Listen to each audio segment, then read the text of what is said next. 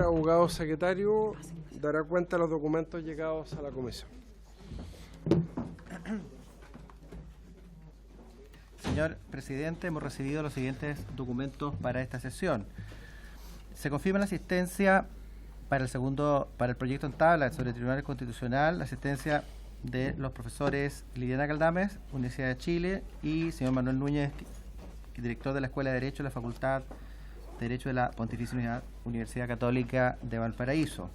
Profesor Bertelsen fue también invitado, al igual que el profesor Patricio Zapata.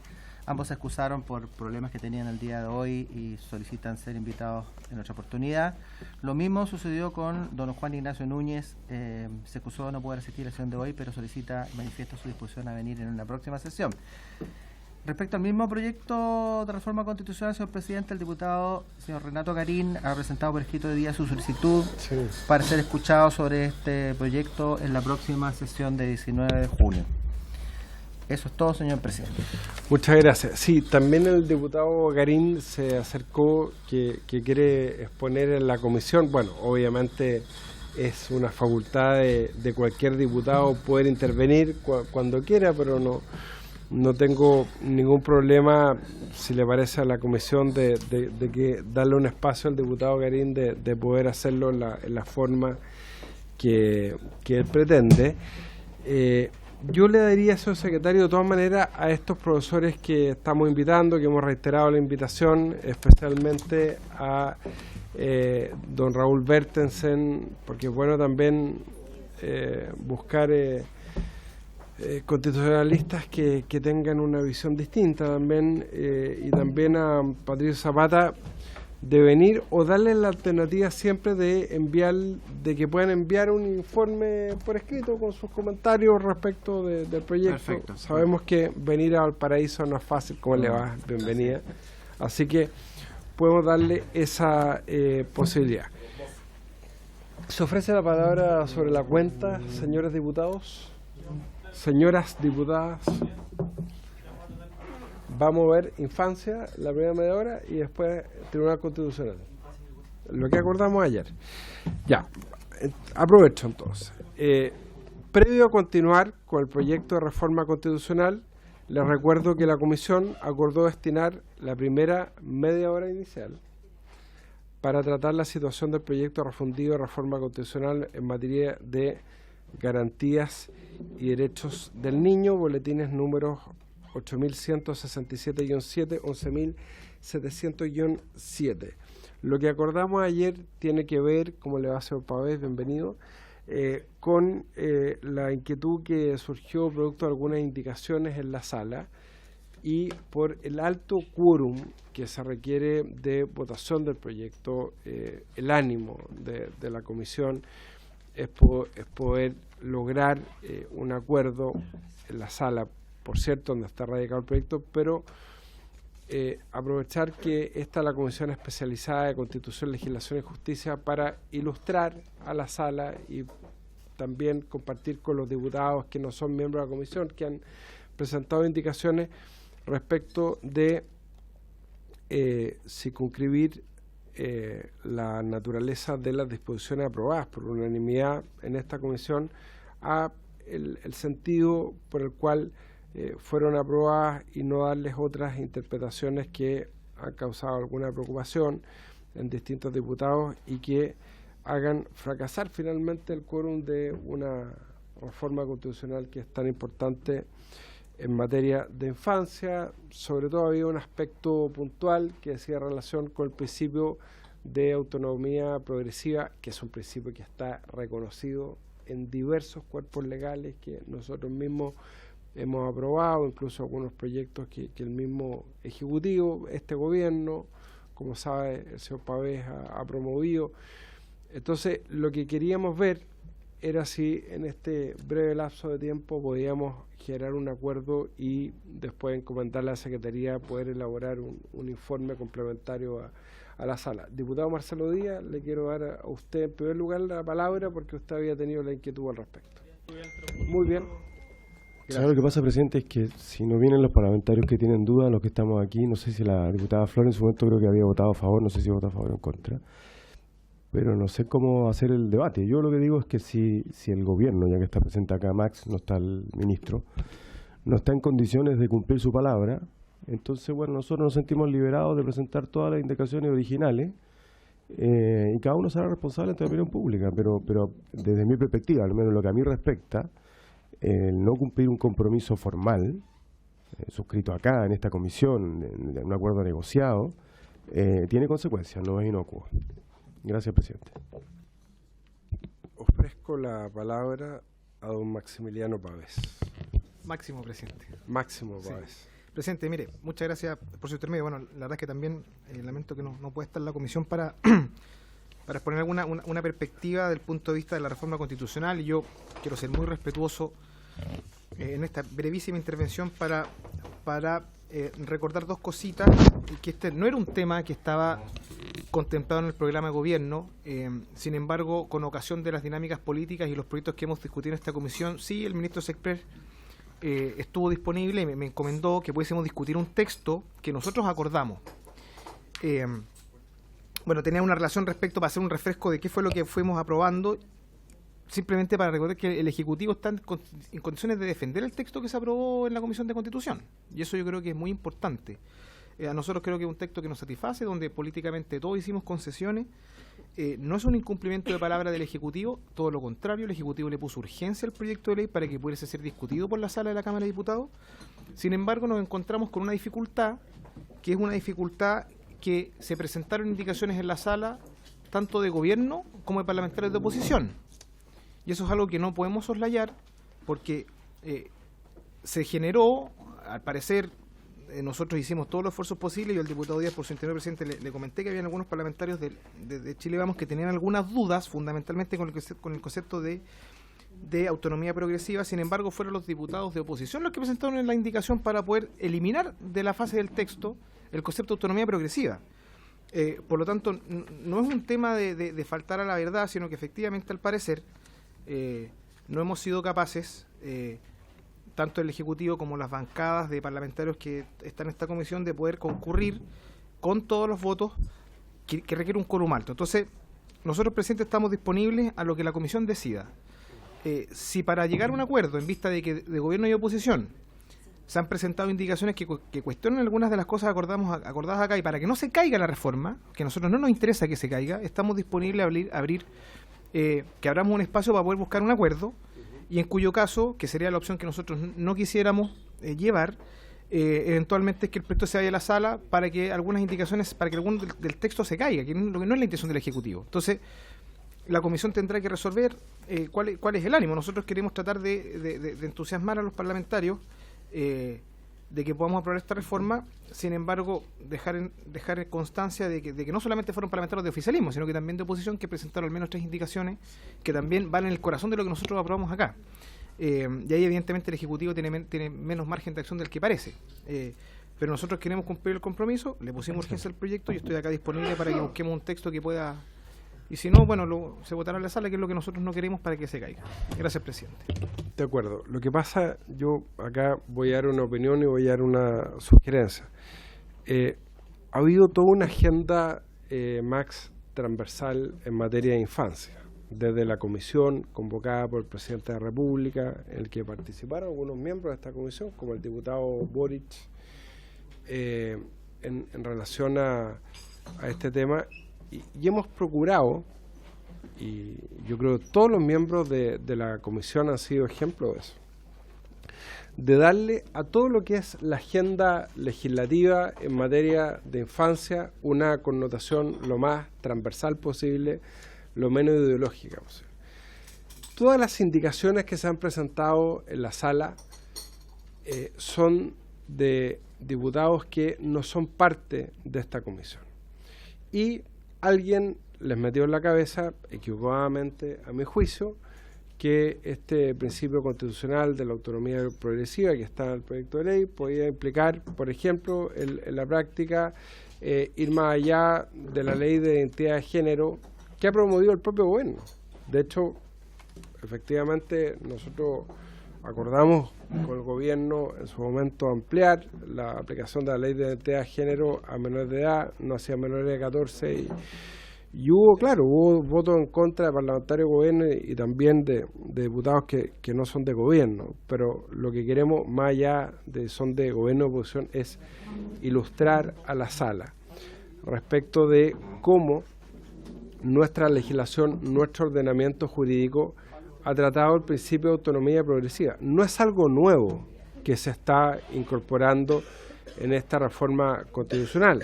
Este es un principio que está en la Convención de Derechos del Niño, en el artículo 5 de la Convención de Derechos del Niño, que nos obliga a nosotros también como legisladores, yo lo estoy revisando también, pero hay un conjunto de otras legislaciones donde está recogido este principio, no es algo nuevo. Entonces, yo le voy a dar la palabra de inmediato al diputado Díaz y a la diputada Paulina Núñez, que me pidieron la palabra, pero yo soy partidario de pedirle a la Secretaría, con apoyo de la Biblioteca del Congreso y un informe que podamos revisar todos los que queramos, respecto de cómo las convenciones internacionales suscritas por Chile y la propia legislación chilena en distintos cuerpos legales recoge este principio de autonomía progresiva con el objeto de despejar cualquier fantasma o cualquier segunda lectura que alguien le quisiera dar. Diputado Díaz.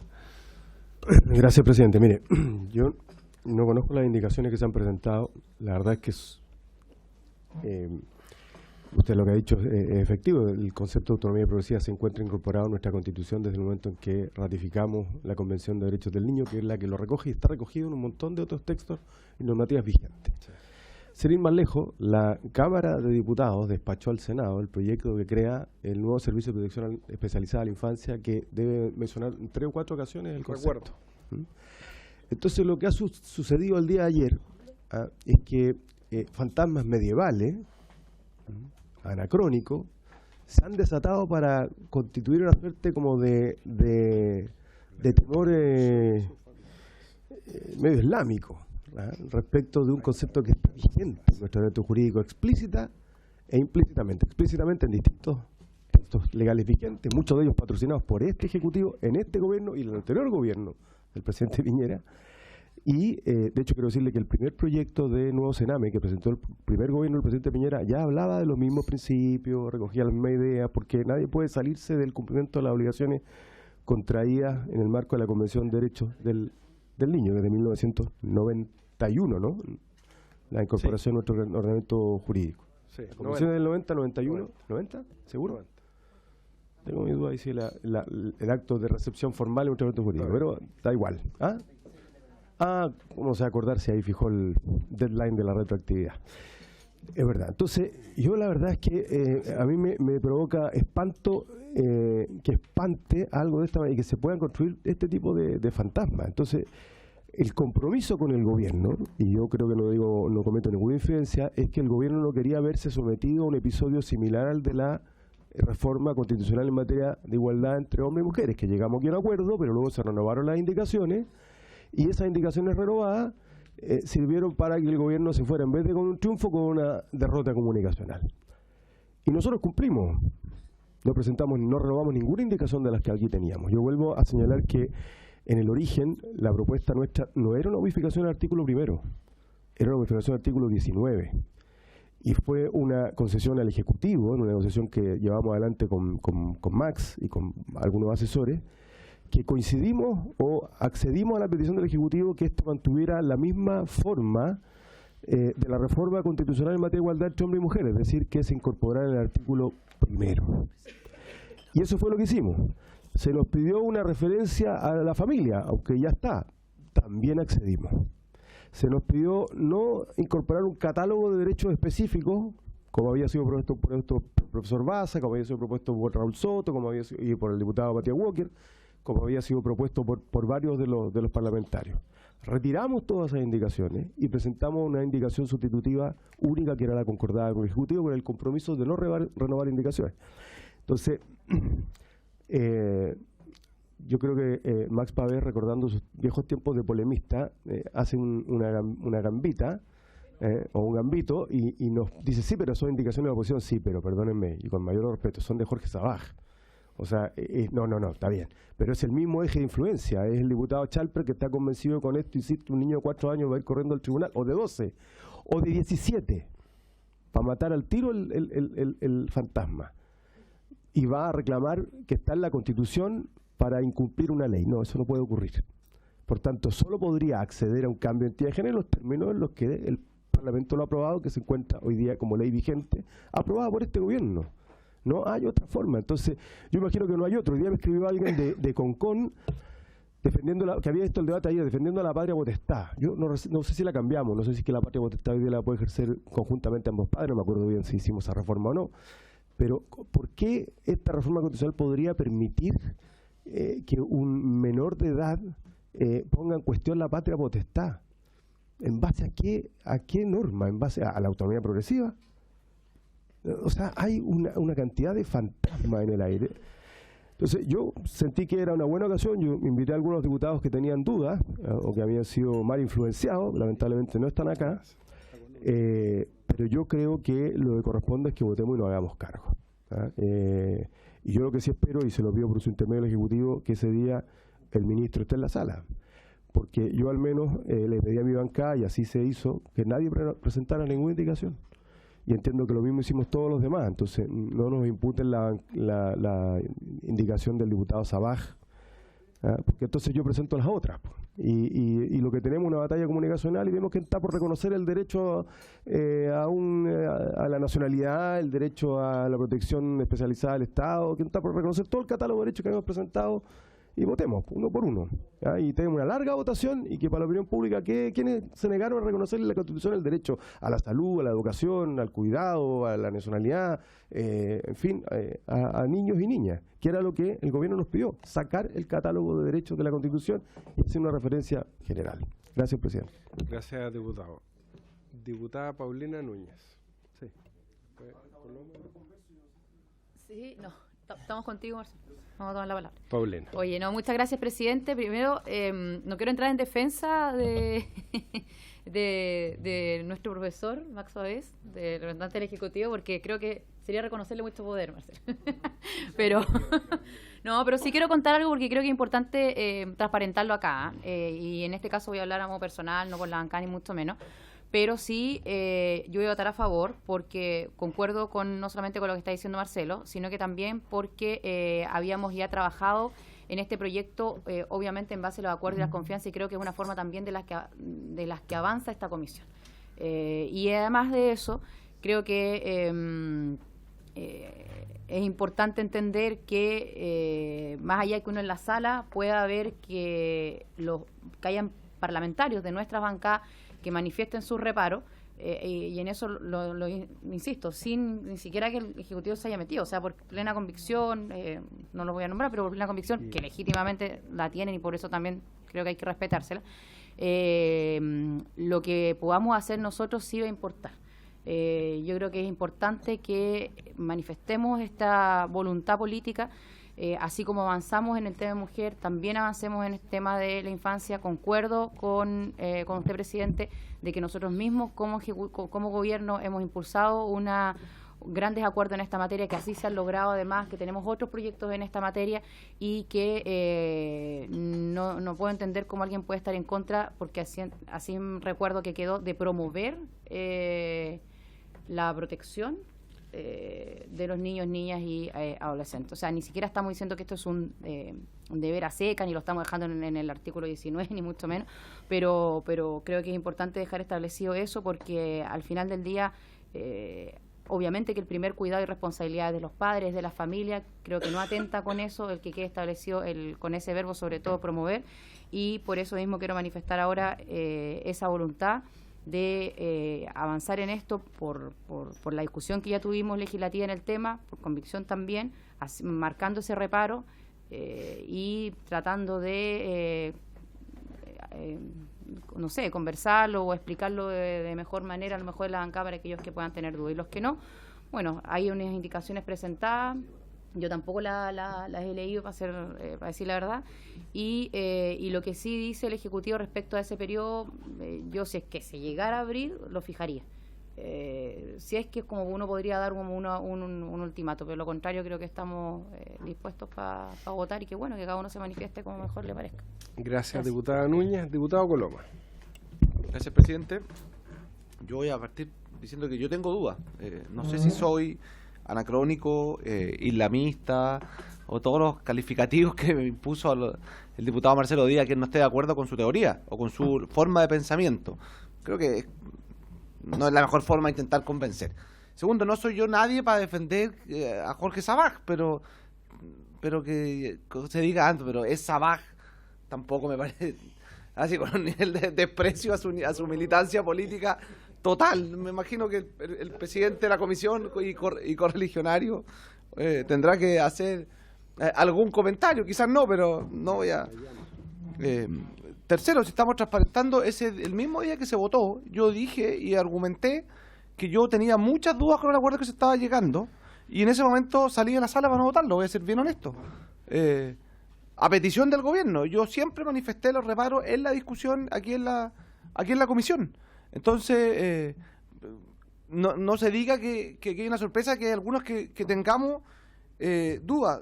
Cuarto, no me imagino que no se defiendan los derechos de los niños por no aprobar esta reforma, sino hoy día estarían en el más total y absoluto desamparo, cuestión que no es así.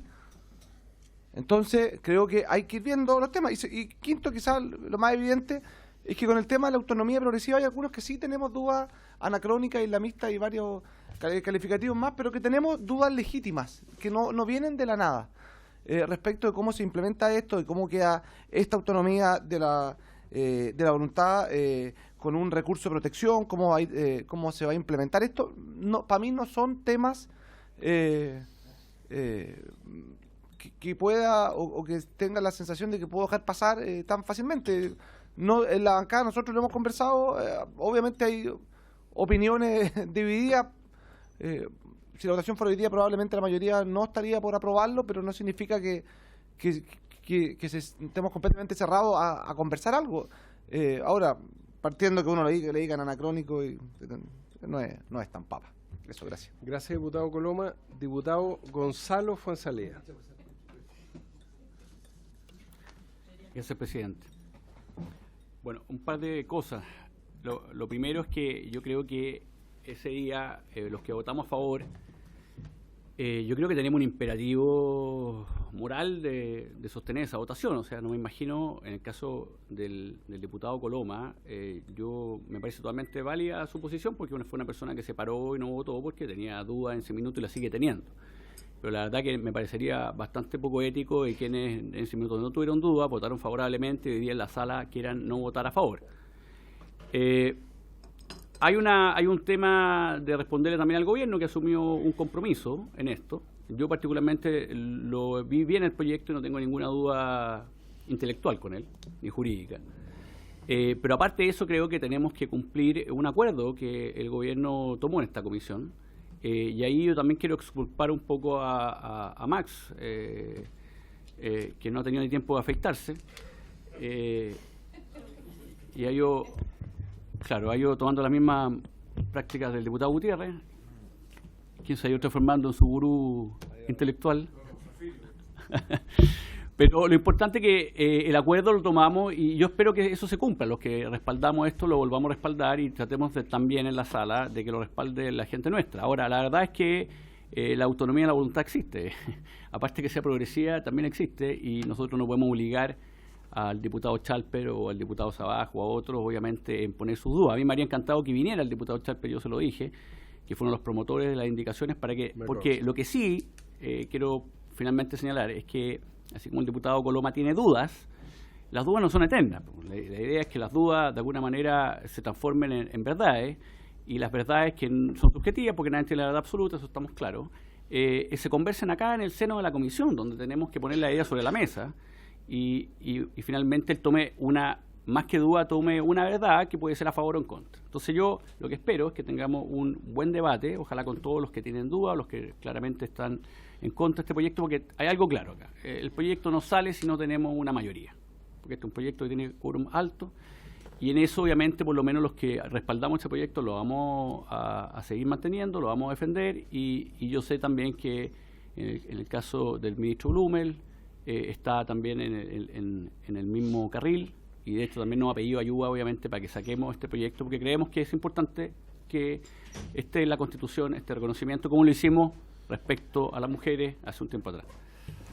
Gracias, diputado Fonsalía. Le doy de inmediato la palabra al diputado Díaz. Yo quiero insistir en el punto porque probablemente, de inmediato, diputado Gutiérrez, hay divergencias en miradas, pero yo creo y quiero insistir en la posibilidad de encargarle a la Secretaría de la Comisión, que en esto son muy serios y muy profesionales, que puedan ayudarnos a elaborar una minuta lo más objetiva posible para ilustrar a la sala de cómo ambos principios, ¿no?, el reconocimiento del interés superior del niño y la autonomía progresiva, están recogidos en diversos cuerpos legales vigentes y también en proyectos de ley del propio gobierno. El caso del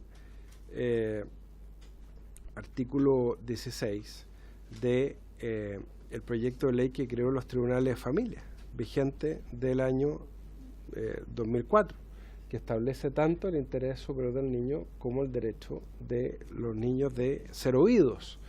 Eso recoge. Quiero recordar que el artículo 7º del proyecto de ley de garantías de la niñez, que este gobierno del presidente Piñera presentó y que está en el Senado, artículo 7º, dice: principio de autonomía progresiva. Todo niño, conformidad a la ley, podrá ejercer sus derechos por sí mismo, en consonancia a la evolución de sus facultades, su edad y madurez. Y establece: los padres, representantes legales o las personas que los tengan legalmente bajo su cuidado deberán prestarle orientación y dirección en el ejercicio de sus derechos. La limitación a la capacidad de los niños para ejercer sus derechos se entenderán siempre de manera restrictiva y deberán establecerse por ley. Principio contenido en un proyecto de ley de este gobierno del presidente Piñera, artículo 7. Entonces, independientemente de la valoración que cada cual pueda tener perdón. Muchas gracias, don Max. El proyecto de entrevista videograbada también está recogido. Es un proyecto de ley de este gobierno, del presidente Piñera. Entonces, independientemente de la valoración que cada uno pueda tener de las indicaciones del diputado Charper o el diputado Sabás, que evidentemente tienen una misma vertiente ideológica, y eso no es una descalificación, sino que es una constatación fáctica, perfectamente la Secretaría puede emitir un informe a la sala respecto de cómo ambos principios ya están reconocidos en diversos cuerpos legales. Yo, sin ningún juicio valorativo, yo quiero insistir en esa propuesta para sacar el tema. Diputado Díaz y después diputado Gutiérrez. Gracias, presidente. Mire, yo reconozco que hablo desde el malestar y la sorpresa, así que voy a retirarlo de islamista y lo voy a reemplazar por fundamentalista.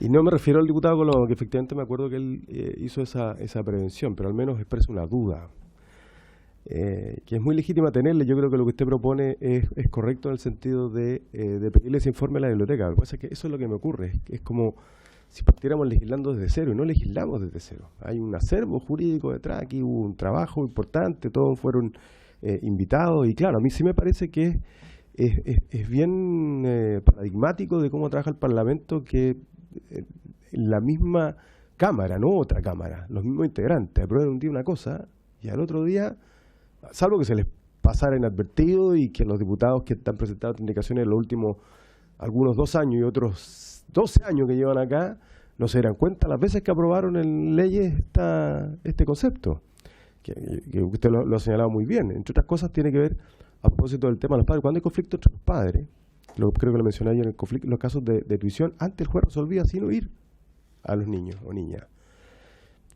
Claro, no podría ir a una guagua, pero un niño de 12 años puede expresar y se le pide opinión respecto de con quién preferiría vivir. Ahora, si eso finalmente el juez lo tiene o no en cuenta, pero o sea, lo resuelve en función de eso, es otra cosa, pero debe tenerlo en cuenta. Es un avance civilizatorio en el respeto a los derechos de los niños. Pero retiro la palabra islamista y sobre todo la retiro respecto... Yo efectivamente no he buscado ningunear al diputado Sabac, lo que digo es eso, que es la misma vertiente ideológica, o sea, no me extraña que él tenga esta misma aprensión, pero es una aprensión que no tiene fundamento. Yo lo que cuestioné ayer en la sala es que el diputado Chalper atribuía a esta reforma una especie de rol de caballo de Troya, que de contrabando traía una ideología que iba a permitir las más terribles y abominables atrocidades con nuestros niños y niñas, y no es eso, porque lo hicimos muy similar a la reforma de equidad de género, que miren lo curioso, le cambiamos, no pudimos ponerle equidad de género, rechazamos indicación, no sé si se acuerdan, y pusimos igualdad entre hombres y mujeres, pero el ministerio se llama equidad de género y se aprobó por unanimidad. Y hay muchas otras legislaciones vigentes que se llaman, que usan la expresión género. Pero parece que en algún momento nos baja como la paranoia. Y respecto a lo de la finta, la gambita de Max, no es porque el vocero Ávila, así que es más bien un elogio. Porque efectivamente fue un trabajo importante. Yo lo agradecí acá cuando aprobamos el proyecto porque yo creo que logramos un buen proyecto, que era mucho menos de lo que queríamos lo emocionante. Emocionante entre los que está el mundo de Luchans. Ojo que no, tampoco es que este sea el Luchans, creo que está, me acuerdo que es más Leopoldo Pérez. O sea, un acuerdo bien transversal, y en la otra está hasta Cristóbal Urricoechea, pero que entiendo que tiene algunas dudas. Así que no, solamente para rescatarlo el aporte que ha hecho Max en este trabajo, y yo espero que el día de la votación esté acá junto con el ministro. Muy bien. Diputado Gutiérrez. Sí, claro. No, señor presidente, es que no sé en qué parte me perdí, pero yo no sé cuáles son los grandes cuestionamientos que existen a este proyecto que vamos a discutir en sala, para un poco para fijar cuáles son los temas para discutir y eventualmente ponernos de acuerdo, porque todavía no me entiendo que la autonomía progresiva pareciera ser una fraseología que a alguien preocupa, pero el profesor Papel ya recuerda bien que en la ley de entrevista investigativa, video grabada, que créame es un gran avance lo que hicimos ahí, y por lo demás yo recuerdo que hicimos una larga debate sobre ese proyecto de ley, y al final del día estuvimos todos de acuerdo y avanzamos de manera sustancial, y créanme que hoy día se hacen diplomados de entrevista de video grabada, hay cursos, salas, es decir, hay un avance significativo en lo que significó ese proyecto de ley y lo que es esa ley. Y esa ley ya contemplaba lo que estamos supuestamente debatiendo. Entonces yo creo que un poquito lo pongamos de acuerdo, porque si ahí está el problema, este es un problema que ya está resuelto por nuestra legislación. Entonces, para saber si aparte de eso, de la autonomía progresiva, hay algo más que sea el meollo del asunto como para debatirlo acá y encontrar algún tipo de remedio. Y creo que para el gobierno esta reforma constitucional es como la guinda del helado, porque al final del día ha avanzado con una legislación importante en materia de protección y generar seguridad para nuestros niños, niñas y adolescentes. Yo creo que una reforma constitucional que garantice justamente esta protección sería algo de verdad,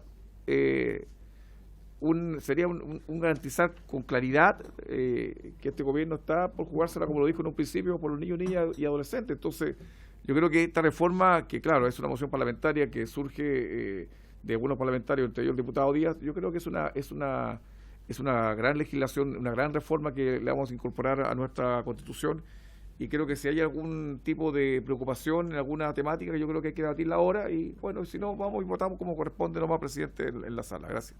Gracias, diputado Gutiérrez. Diputado Luciano Cruzcoque. Sí. Gracias, presidente. Perdón, me perdí la primera parte de la discusión, pero yo entiendo que el problema deriva finalmente de la autonomía progresiva y de la inclusión de los tratados internacionales, ¿verdad? Esos son los dos grandes... No, lo que pasa es que o sea, está y yo entiendo que detrás de esto hay una... progresiva, sí. Ok, pero y detrás de esto hay un acuerdo político, y yo creo que toda esta mesa está en disposición, obviamente, de respetarlo. Yo valoro lo que ha hecho Max también, porque no fue fácil finalmente llegar al texto, y lamentaría que esto se cayera. Pero la pregunta que hago yo es más de orden práctico. ¿Vamos a esperar un informe de la biblioteca para tratar de persuadir a aquellos que consideran que que la autonomía progresiva no debe ir, para demostrarles que esto sí está incorporado en otras leyes? Porque recordemos que cuando hablamos de la Constitución todo el mundo salta un poquito más y se pone más cuidadoso. Ya hemos visto lo que ha pasado con habeas corpus y la inclusión de este mismo tema de los tratados internacionales. Entonces, o vamos a tratar de buscar, de reacomodar el texto de manera tal que podamos tener la mayoría necesaria para que salga adelante? No, la idea, diputado Cruzcoque, es mi propuesta, al menos, es que la comisión pueda emitir un informe por parte de la Secretaría, que eventualmente pueda ser apoyado también por los profesionales de la Biblioteca del Congreso, respecto de un tema objetivo puntual, y es cómo nuestra legislación y cómo las convenciones internacionales, como la Convención de Derechos del Niño, recoge el principio de autonomía progresiva en la ley y en los proyectos de ley que ha presentado el propio gobierno, como el proyecto de garantía de las niñas. Esa es mi propuesta. Incluso yo diría, mira, a lo mejor puedo nombrar una subcomisión que revisa el informe, donde pueda estar el diputado Díaz, la diputada Núñez, el propio diputado Coloma, que tiene algunas dudas, y puedan revisar el informe que finalmente vamos a emitir, que no es vinculante, pero nos sentimos en la obligación, dada la confusión que se generó, y por eso estamos destinando esta primera media hora a tratar de ilustrar a la sala respecto de un tema que es objetivo y técnico. Diputado Zaferio. Gracias, presidente. Sí. Lo que yo quería decir es que cuando nosotros empezamos a incorporar en nuestra legislación el concepto de autonomía progresiva, no se incorpora aisladamente, sino que se incorpora en relación con el artículo 5 de la Convención de Derechos del Niño. Y si me permite, presidente, yo quisiera hacer referencia a esto porque el artículo 5 lo que hace es decir lo siguiente: los Estados partes respetarán las responsabilidades, los derechos y los deberes de los padres, o en su caso, de los miembros de la familia ampliada o de la comunidad, según establezca la costumbre local, de los tutores u otras personas encargadas legalmente del niño, de impartirle, en consonancia con la evolución de sus facultades, dirección y orientación apropiadas para que el niño ejerza los derechos reconocidos en la presente convención. Es decir, no es que aisladamente diga el niño o el interés superior del niño estará definido por su autonomía progresiva. Lo dice a partir del reconocimiento expreso que hace la Convención de los derechos de los padres, tutores, cuidadores, si pudiéramos hacerlo más simple, en relación con su formación, que parte reconociendo debiendo reconocer la realidad cultural, pero lo hace también reconociendo que tiene que hacerlo en consonancia con la evolución de sus facultades. Y cuando dice en consonancia con la evolución de sus facultades, ahí entra el tema de la autonomía progresiva. Y lo hemos mencionado en distintas legislaciones. Entonces, es una discusión, como yo digo, bastante artificiosa, en el sentido de que no debiera ser tema, porque si fuera así, digamos, tendríamos que entrar a debatir todas las normas donde hemos incorporado ese concepto. Eso, presidente. Gracias, diputado Zaferio. Max, por favor. Muchas gracias, presidente. Mire, como comentario final, yo agradezco la comprensión. La verdad es que por su intermedio, el diputado Núñez, el diputado Díaz, él también fue ministro de Estado y él sabe lo que significa de repente tener que conseguir quórum alto con coaliciones que son diversas. Yo quiero despejar aquí cualquier duda de que el Ejecutivo, quien habla, haya estado detrás de las indicaciones que se presentaron, o que en el fondo yo estoy torpedeando el acuerdo. Nosotros intentamos, incluso le pusimos urgencia al proyecto. Por tanto, quiero ser muy responsable con el cometido que se me encomendó. Trabajamos de buena fe. Yo quiero recordar a los diputados de la Comisión presente por su intermedio en qué consiste esta reforma, porque la votamos en enero.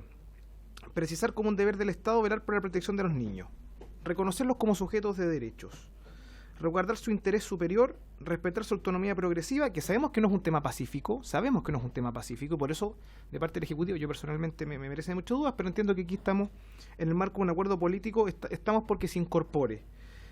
No tocar el artículo 19, que fue la propuesta original, que era generar un catálogo ad hoc para niños, que eso nos parecía que no era conveniente, y los asesores también en su minuto cuando conversamos estuvieron así de acuerdo, y agregar un 19 bis, que básicamente reconociera el valor de la familia para concurrir a la protección de los niños.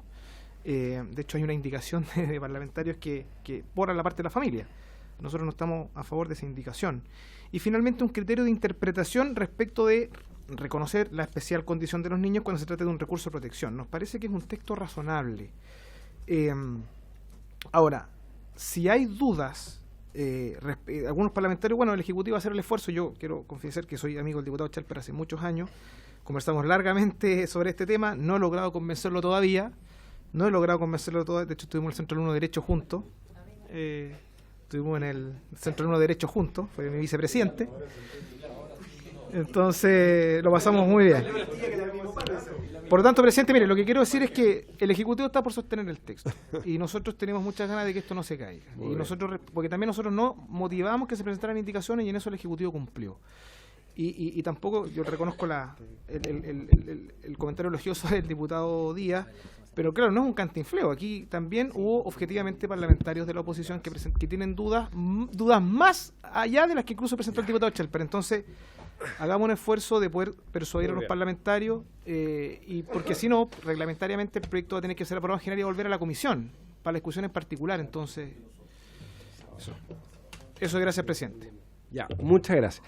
Bueno, yo creo y quiero reiterar mi propuesta, que es muy simple: encargarle a la Secretaría que nos haga un informe muy objetivo respecto a cómo nuestra legislación y nuestros tratados internacionales recogen los principios que están en esta disposición, ¿no es cierto?, que del artículo primero, que ha sido objeto de indicaciones. Me refiero al interés superior del niño y también la autonomía progresiva, y la Secretaría nos envía un borrador del informe para ver si alguno de los diputados de la comisión tiene observaciones al mismo o quiere enriquecerlo con algún concepto. ¿Les parece?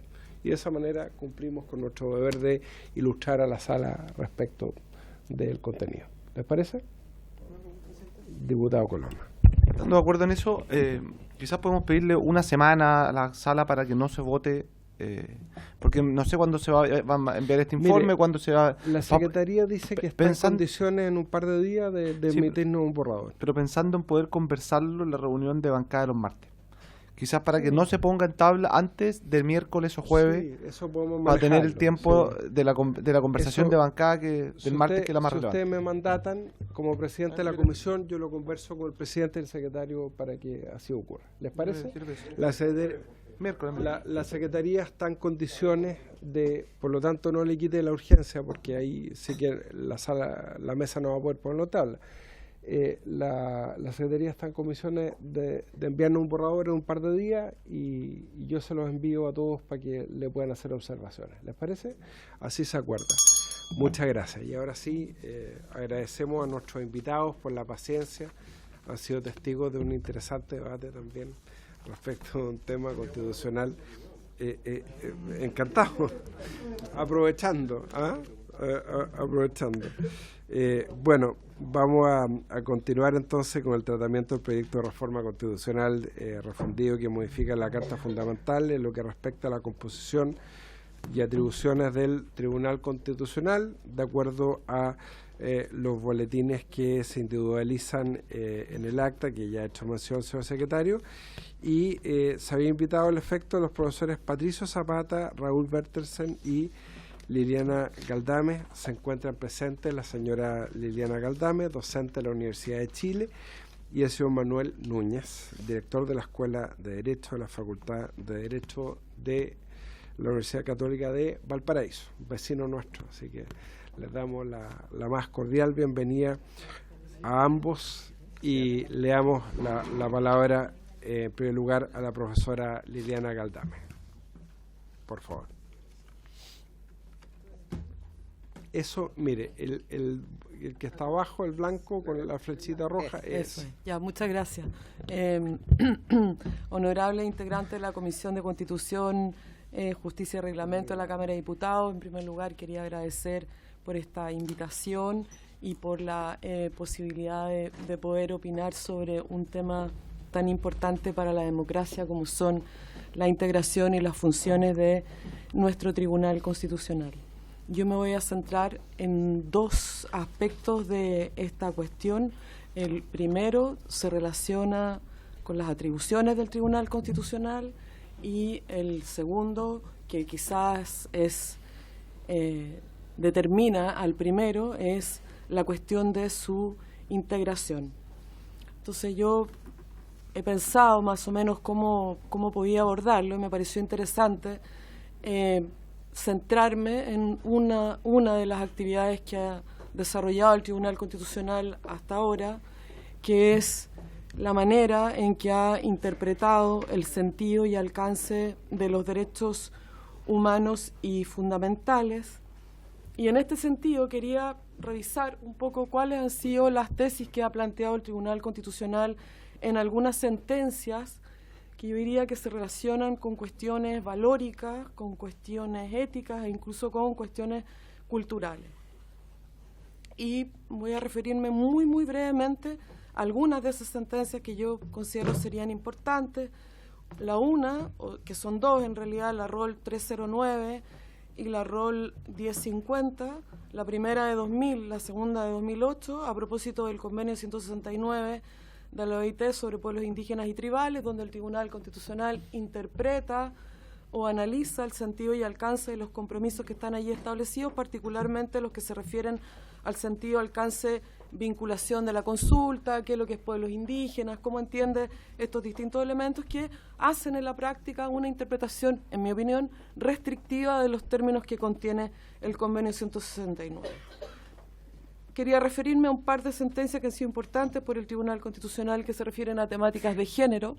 La una es el caso, la ROL 740 del año 2008 y la última, la más reciente, sobre despenalización del aborto en 3 causales, donde el tribunal hace nuevamente, en el primer caso, a través de la invocación de un principio del derecho internacional, el principio favor persona, entendiendo que no es claro desde el punto de vista científico los efectos de la píldora del día después en el nascituro, en el no nacido. El tribunal considera que ante la duda de los efectos que pueda tener esta píldora sobre el no nacido, invocando el principio favor persona, considera que esta cláusula podríamos considerar que este decreto supremo sería inconstitucional en la medida en que, en lo que se refiere a la píldora del día después, eventualmente podría afectar la vida del no nacido.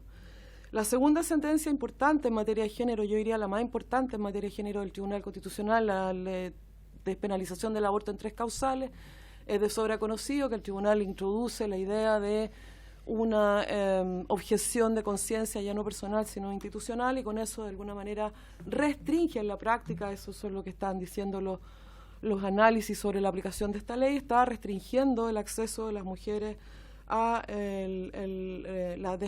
las causales que están establecidas en la ley a través de diversos informes. Luego me quería referir también muy someramente a otra sentencia reciente del Tribunal Constitucional sobre visados para ciudadanos de Haití y Venezuela, donde el tribunal considera que la restricción de los visados que impone un decreto supremo para ciudadanos de Venezuela y particularmente de Haití no infringe el principio de igualdad y no discriminación. Bueno, yo diría que detrás de estas sentencias que son importantes y que plantean debates que tienen una mirada nacional y que tienen también perspectivas distintas dentro de las opiniones de académicos, desde el punto de vista de la política, de la ética, en fin.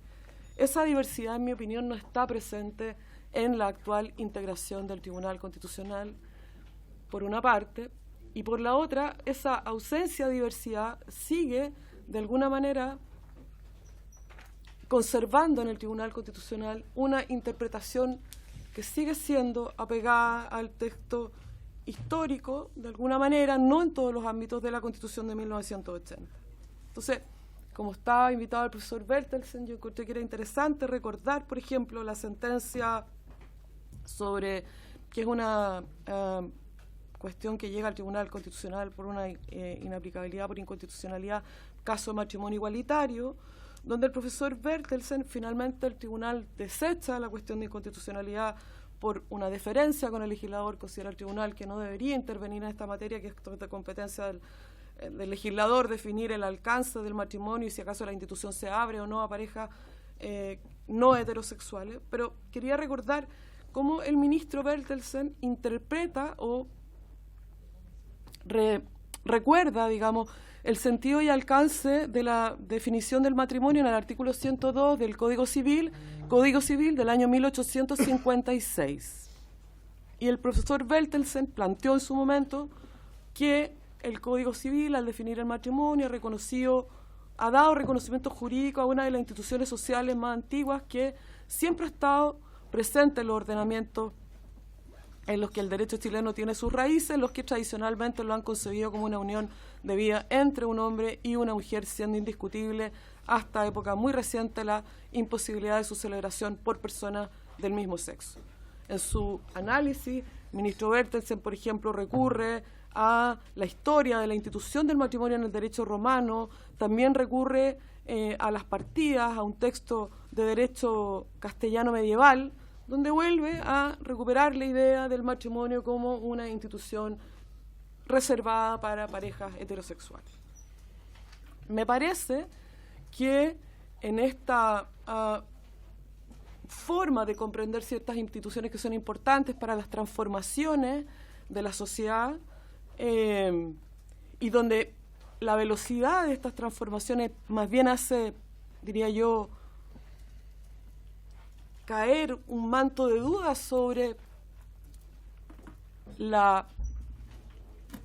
ajuste entre la norma y la realidad que está emergiendo rápidamente. Este desajuste, yo diría que más bien el elemento histórico, la interpretación histórica de ciertas instituciones puede ser sumamente complicada precisamente para la democracia. Y no recordar, a propósito de un debate mucho más reciente, por ejemplo, Código de Minería de 1983, Ley Orgánica sobre Concesiones Mineras 1982, cómo estas disposiciones parecen estar en tensión con los problemas y los debates que plantea el medio ambiente u otras cuestiones. En fin.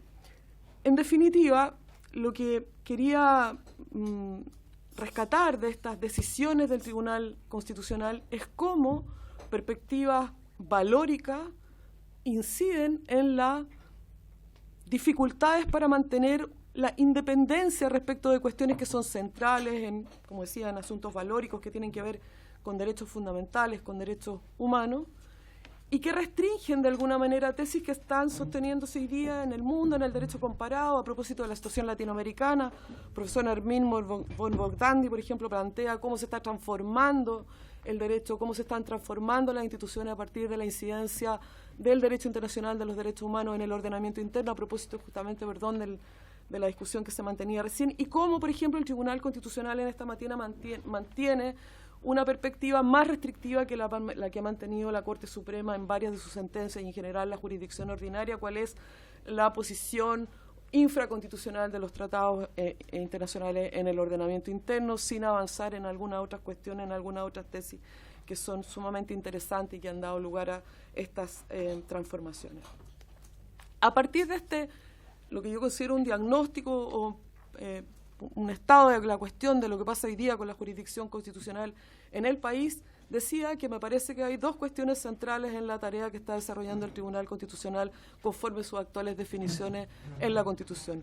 En lo que se refiere a sus competencias, ya voy a entrar en esta materia, concretamente el control preventivo de constitucionalidad, artículo 93, 1 y 3, me parece que precisamente esta es una de las atribuciones que incide de manera sumamente compleja en la posibilidad de una reinterpretación de la Constitución de 1980, alejándose del tenor o del texto histórico de la Constitución, cuando esta integración ha estado históricamente reservada a ciertos pensamientos o ciertas ideas sobre la Constitución y sobre nuestra sociedad. Hay una idea importante que plantea Kienzl digamos, a principios del siglo XIX, la idea, lo que él llama la preocupación por el desplazamiento del poder, cómo se desplaza el poder desde el legislador, el representante del pueblo, el auténtico, digamos, ente autorizado para desarrollar las normas que están en la Constitución, cómo a través de este control preventivo de constitucionalidad se produce un desplazamiento de ese poder y donde el Tribunal Constitucional puede eventualmente convertirse en esto que se ha llamado por la doctrina y por la opinión pública como una última cámara que puede revisar las decisiones que son tomadas por el legislador democrático. Y esta preocupación que plantea Kielsen muy inicialmente, en el año 28, le llevan a él a plantear algunas preocupaciones como la necesidad de que el legislador cuide el tenor de las leyes y el tenor de la Constitución para que su interpretación quede delimitada de la manera más clara posible, evitando esta invasión del poder, este desplazamiento del poder hacia el tribunal constitucional. Es interesante, por ejemplo, cómo otras jurisdicciones, el mismo Tribunal Constitucional alemán ha desarrollado algunas doctrinas importantes para la democracia, que han contribuido a esa democracia, como por ejemplo la doctrina de los deberes de protección, y cómo el Tribunal Constitucional alemán construye a partir de, por ejemplo, cuando la Constitución dice la ley protege la vida del que está por nacer, o el deber del Estado de tutelar la preservación de la naturaleza, como el Tribunal Constitucional alemán construye estos deberes de protección dotándolos de contenido e incluso en algunas sentencias indicando la necesidad de que el legislador desarrolle aquellas obligaciones que están establecidas en la propia Constitución. Y paso a continuación, y espero no pasarme en el tiempo, a la segunda cuestión, que es la integración del Tribunal Constitucional. Y me voy a referir a un dato que revisé hace muy poco rato atrás, que es, por ejemplo, a propósito de las cuestiones de género, ¿no? La integración del Tribunal Constitucional desde su reapertura en 1980. De los 14 presidentes que ha tenido el Tribunal Constitucional entre 1981 y 1918, solo una ministra ha sido presidenta de ese tribunal. De los 33 integrantes que ha tenido el Tribunal Constitucional entre 1981 y 2018, solamente 4 mujeres han formado parte de ese tribunal: la profesora Luz Bulnes, la profesora Marisol Peña, la profesora María Pía Silva y María Luisa Abrams. Solo 4 mujeres, con lo cual, a propósito de la integración, me parece imprescindible. He visto en el proyecto de reforma cómo se plantea, ¿no?, la necesidad de que haya una paridad absoluta entre integración de hombres y mujeres. Yo considero interesante, por ejemplo, el modelo de la Constitución ecuatoriana, que plantea la idea de una paridad deseable, de una idea de mayor presencia tanto de ministros como de ministras en su integración, y me parece que esto es una cuestión absolutamente imprescindible de abordar en el ámbito hoy día de las temáticas de género y cómo se expresa esta falta de diversidad desde la perspectiva de género en la actual composición e integración del Tribunal Constitucional. De los 10 ministros que integran hoy día el Tribunal Constitucional, 3 son de designación del Presidente de la República, 4 elegidos por el Congreso, 2 directamente por el Senado, 2 por la Cámara de Diputados, y otros 3 ministros que son designados por la Corte Suprema. Hay varios modelos, tanto en el derecho comparado regional. Yo sé que las constituciones de Bolivia, las constituciones de Ecuador, la constitución de Venezuela, plantean, especialmente desde la perspectiva nacional, algunas críticas respecto de los derechos, la ampliación del catálogo de derechos y varias cuestiones que tienen que ver con la organización del poder. No obstante eso, esas constituciones incluyen de alguna manera más elementos de participación en la designación de los integrantes, los y las integrantes del Tribunal Constitucional. Eso en el modelo, en el modelo latinoamericano comparado es una tendencia incluir espacios de elección. De hecho, por ejemplo, los ministros del Tribunal Constitucional de Bolivia se eligen por sufragio universal. Es un ejemplo de lo que está planteándose hoy día en la región. En el caso de Ecuador existe una comisión especial que es integrada por representantes de distintos poderes que hacen a través de un proceso de selección abierto la selección, la integración de esos ministros. Y luego están los modelos europeos, donde principalmente el juego de designación de estos integrantes de los tribunales constitucionales es una ecuación entre la participación de del Poder Judicial, del Congreso y del Ejecutivo con distintos matices e integración. Incluso desde la doctrina, desde lo que se ha hecho estudios a propósito de lo que ha pasado con la integración de los tribunales constitucionales en Europa existen ciertas conclusiones sobre elementos que se deben tener en cuenta en la integración de los ministros y ministras de los tribunales constitucionales. Uno de estos elementos plantea primero la idea, ¿no?, de aceptar de que los procedimientos de designación de los integrantes de los tribunales constitucionales deben garantizar la independencia de estos tribunales. Esa es una primera idea. Y esa independencia se garantiza a través de distintas fórmulas que dice, por ejemplo, dice Anna Chemnitz, dice, se garantiza, por ejemplo, tratando de buscar los mejores juristas, aquellos que plantean un desarrollo profesional fuerte en materia jurídica, no necesariamente académico, pero sí buscando esa idea de una formación, una experiencia jurídica importante previa. La introducción, se dice también, de mayorías calificadas para la selección de los ministros y ministras de los tribunales constitucionales o jueces. La inclusión en el proceso de la toma de decisión de órganos asociados a la función jurisdiccional, y algo muy importante que está ausente de la cultura nacional, que es la idea de la publicidad en las audiencias que ofrecen los candidatos que están postulando a integrarse a estas altas magistraturas. Entonces, en definitiva, yo diría que de lo que he visto en las diversas propuestas que se plantean para integración del Tribunal Constitucional, reforzar esta independencia, reforzar las diversidades culturales, ideológicas, de pertenencia a distintas formas de pensar y comprender la sociedad y eventualmente el sentido y alcance de las disposiciones de la Constitución, particularmente cuando hablamos de la Constitución del 80, una Constitución de origen no democrático, pese a sus sucesivas reformas, y eso lo que implica, desde la perspectiva del Tribunal Constitucional, en mi opinión, pienso que sería favorable y positivo para la democracia en este momento eliminar los dos controles preventivos que tiene el Tribunal Constitucional, 93.1, 93.1 y 3, introducir técnicas de control y de responsabilidad a los ministros del Tribunal Constitucional.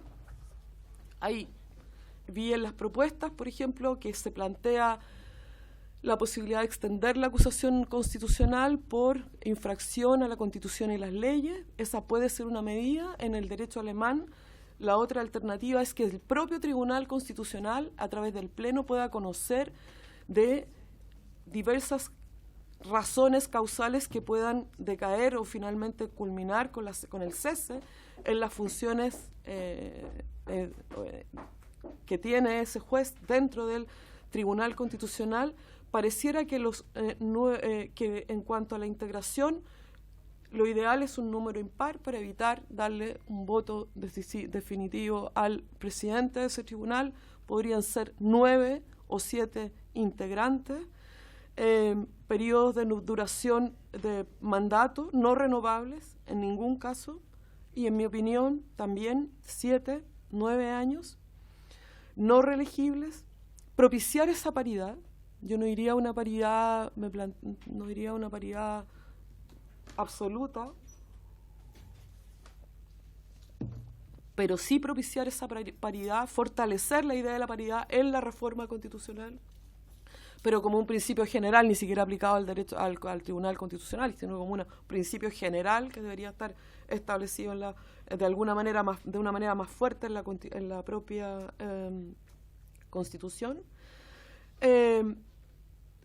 Me parece muy interesante la idea de generar una comisión, además de las designaciones que puede hacer el presidente, el Congreso y el Poder Judicial, una comisión tripartita o con representación de todos los poderes del Estado que genere un espacio, un debate o un proceso de participación amplia para quienes busquen acceder a esta máxima magistratura, un proceso que debería ser público. Todos los procesos de designación deberían ser a través de audiencias públicas, fortaleciendo especialmente la transparencia, y si me permiten, con esto termino, quizás sería muy interesante dentro de las atribuciones del Tribunal Constitucional crear una acción especial para tutela de derechos fundamentales en casos excepcionales y de revisión de sentido y alcance, por ejemplo, de la Constitución, sentido y alcance de algunos tratados,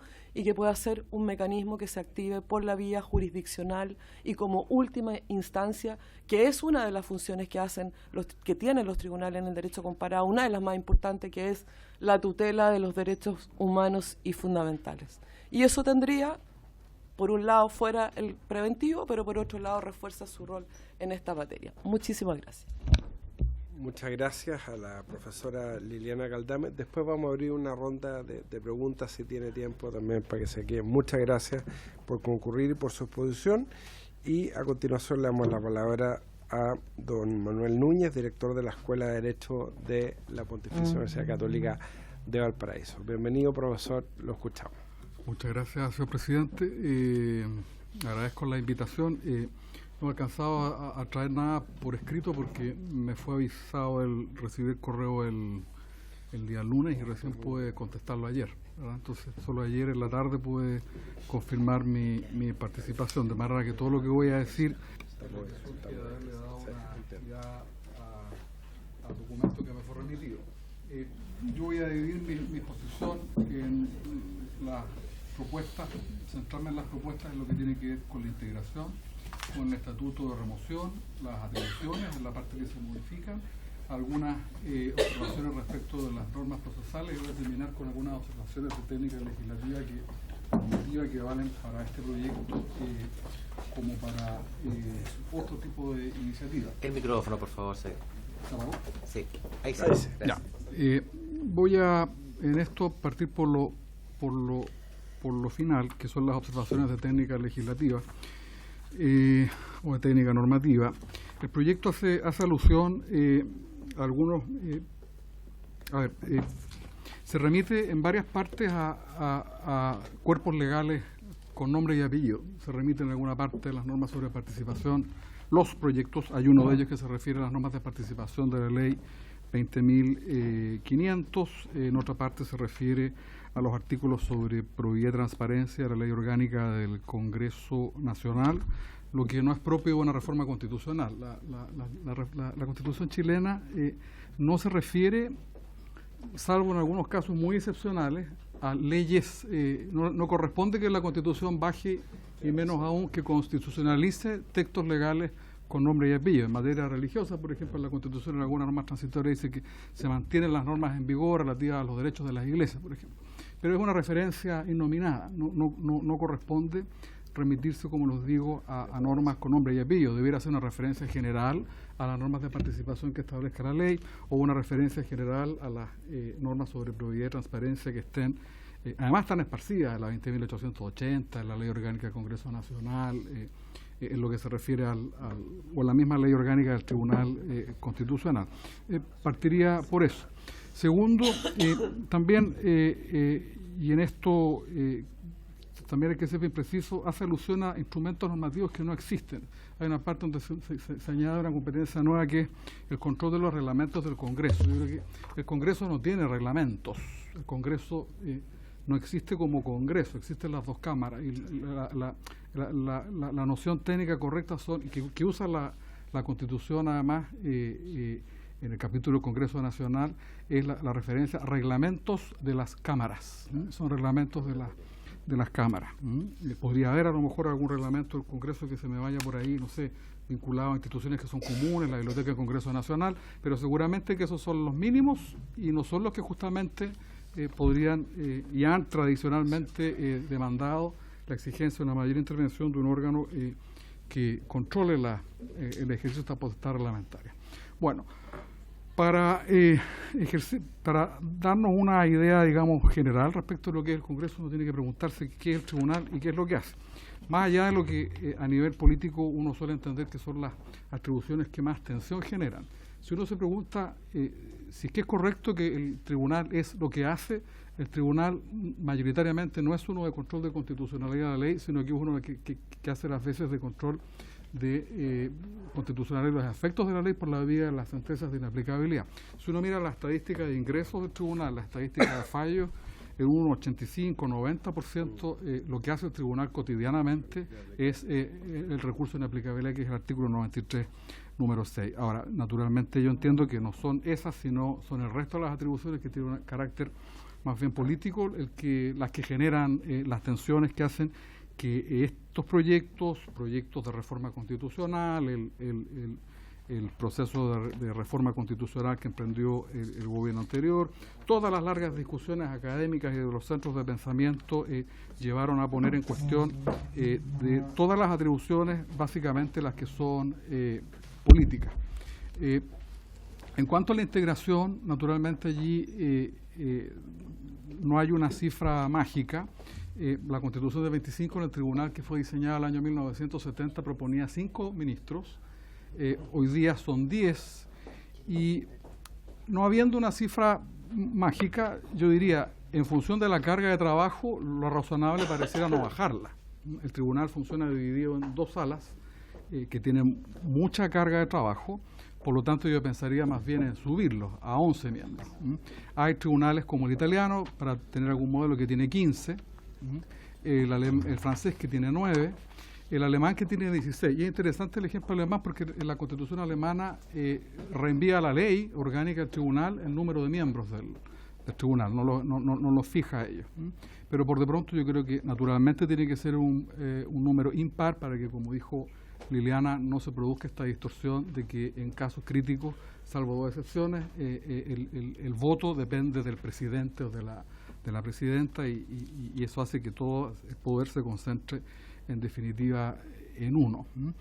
En cuanto a la paridad de género, yo coincido con la profesora Galdames en que la idea es genial, pero lo cierto es que, siendo una muy buena idea, es parcial, porque no se entiende por qué el principio de paridad habría de aplicarse únicamente a este tribunal y no a otros tribunales superiores que están en la misma Constitución. Yo no entiendo por qué no debería aplicarse para la Corte Suprema, para las Cortes de Apelaciones, para el Tribunal Calificador de Elecciones, en general para todos los otros órganos pluripersonales que están regulados en la Constitución, y desde luego otros tribunales colegiados que están en la Constitución. Segundo, respecto del criterio de género, si el criterio de género lo que busca es incorporar, o mejor dicho, limpiar la voluntad de los que expresan los órganos colegiados de ciertos sesgos, que son los sesgos de género, que eso es correcto y es apreciable, uno habría que en esto hacer una segunda pregunta, si acaso eventualmente hay otros sesgos que pueden condicionar la voluntad de los órganos colegiados. Y hay sesgos territoriales, por ejemplo. Liliana dice, correcto, que son 4 ministras mujeres, pero yo diría, son 4 ministras mujeres de la capital. Entonces uno debería preguntarse qué posibilidad tiene una mujer, abogada o una abogada, eso dependerá de los requisitos que se definan acá. ¿Qué posibilidades tiene una abogada de regiones de ser ministra del tribunal? Ninguna, como no la ha tenido nunca. De hecho, los 4 ejemplos que se han puesto acá, uno podría decir, tienen un sesgo además que son de ciertas proveniencias o filiaciones político-institucionales que son súper determinadas. Entonces, en esos sesgos, no solamente el género, que hay otros sesgos que pueden ser territoriales que quedan en la periferia. Si uno mira, puede ser también interesante el ejemplo de la Corte Suprema. No ha habido nunca tampoco una ministra de la Corte Suprema que haya ingresado a una quina siendo mujer, resultando electa, naturalmente. El ministro del caso, que fue por accidente, la ministra Repeto ahora, es el primero al que una mujer pasa como opción presidencial siendo de regiones. Eso no tiene nada que ver que haya estudiado en mi universidad, la ministra Repeto, que sea ministra de la Corte, es solamente un... Pero es importante, ese es otro accidente. Fíjese que hay un solo caso en el que este Congreso ha incorporado el sesgo territorial, que es la ley 20.405, que es la que creó el Instituto Nacional de Derechos Humanos. De los 11 consejeros, dice la ley, uno tiene que ser, los que nombra presidente, dice, deben ser de regiones distintas. Eso me permitió, por lo demás, ser miembro del Consejo, porque si no, en la vida habría tenido posibilidad de ser elegido por el presidente Piñera en esa oportunidad, miembro del Consejo, justamente porque ya se había ocupado el cupo de región. Entonces, ahí hay un segundo sesgo. Si uno mira esta mesa, por ejemplo, uno podría preguntarse quiénes son los que representan el sesgo de la capital y quiénes son los que viven el sesgo de la región. Yo cuando venía caminando justamente para acá, son 3 cuadras, 4 cuadras las que separan el Congreso de mi universidad, y uno puede advertir ahí el mundo, ¿no es cierto?, todo ese abismo que hay entre el sesgo de la capital, expresado en el Poder Legislativo, y el mundo en el que funciona, el que circunda el Congreso Nacional. Y eso yo creo que también es un dato que es importante, junto con la paridad de género. Yo creo que ese es un criterio, para resumir, que vale para todos los órganos colegiados en general y en particular para todos los tribunales colegiados que establecen la Constitución. No hay ninguna razón para establecerlo solamente para el Constitucional. Respecto del estatuto de remoción, que es otro de los elementos que se repite, que es otro de las propuestas que se repiten en todas las mociones, allí hay naturalmente una buena idea que corrige lo que podría ser un defecto de interpretación, porque uno podría entender que cuando la Constitución permite a la Cámara acusar por notable abandono de deberes a los magistrados que pertenezcan a tribunales superiores de justicia, no hay ninguna razón para no entender que el Tribunal Constitucional no es un tribunal superior de justicia. Esa fórmula, la de los tribunales superiores de justicia, naturalmente anterior al año 70, que es cuando se creó el Tribunal Constitucional. Por alguna razón siempre se entendió, o nunca se entendió, que el tribunal era un tribunal superior de justicia para estos efectos, pero yo creo que incluso sin reforma constitucional el Congreso Nacional puede... ha habido una explicación para decir que no puede ser acusado, y es que no sería racional permitir que el órgano que fiscaliza pueda ser removido por el fiscalizado, que vendría a ser el Congreso Nacional. Yo no considero que eso sea una razón realmente de peso. En cuanto, estando de acuerdo entonces en que se pueda remover a los ministros por, digamos, por la vía del juicio constitucional, la segunda pregunta que subordinada a esa es, bueno, ¿cuáles serían las razones? El proyecto dice, por infringir la Constitución o las leyes en el ejercicio de sus funciones. Yo creo que la causal debiera ser coincidente con la de los magistrados de los tribunales de justicia, donde se le incorpora un componente de magnitud que es notable abandono de deberes, que es coincidente con la causal que permite destituir a los alcaldes, por ejemplo. No todo abandono de deberes no todo incumplimiento de una regla constituye un notable abandono de deberes para los efectos de remover a una autoridad representativa como son los concejales o de la estatura que tiene un magistrado o magistrada del Tribunal Constitucional. Segundo, a mi juicio no corresponde, y eso sí que creo yo que es un error, referir a las leyes como normas que pueden haber sido violadas y explicarlas como justificación para removerlo, porque el deber del Tribunal Constitucional es justamente aplicar la Constitución incluso por sobre las leyes. No sé si me explico. Entonces, digo, si el ministro infringe la Constitución o las leyes, si infringe la Constitución, de acuerdo, tiene que ser una infracción grave, pero muchas veces el deber es justamente infringir las leyes para dar aplicación preferente a la Constitución. Por lo tanto, yo creo que la fórmula correcta es la del boletín, la del 580307, que hace referencia a la misma fórmula de los magistrados de los tribunales de justicia, que es el notable abandono de los deberes. Eso por cuanto se refiere al estatuto de remoción.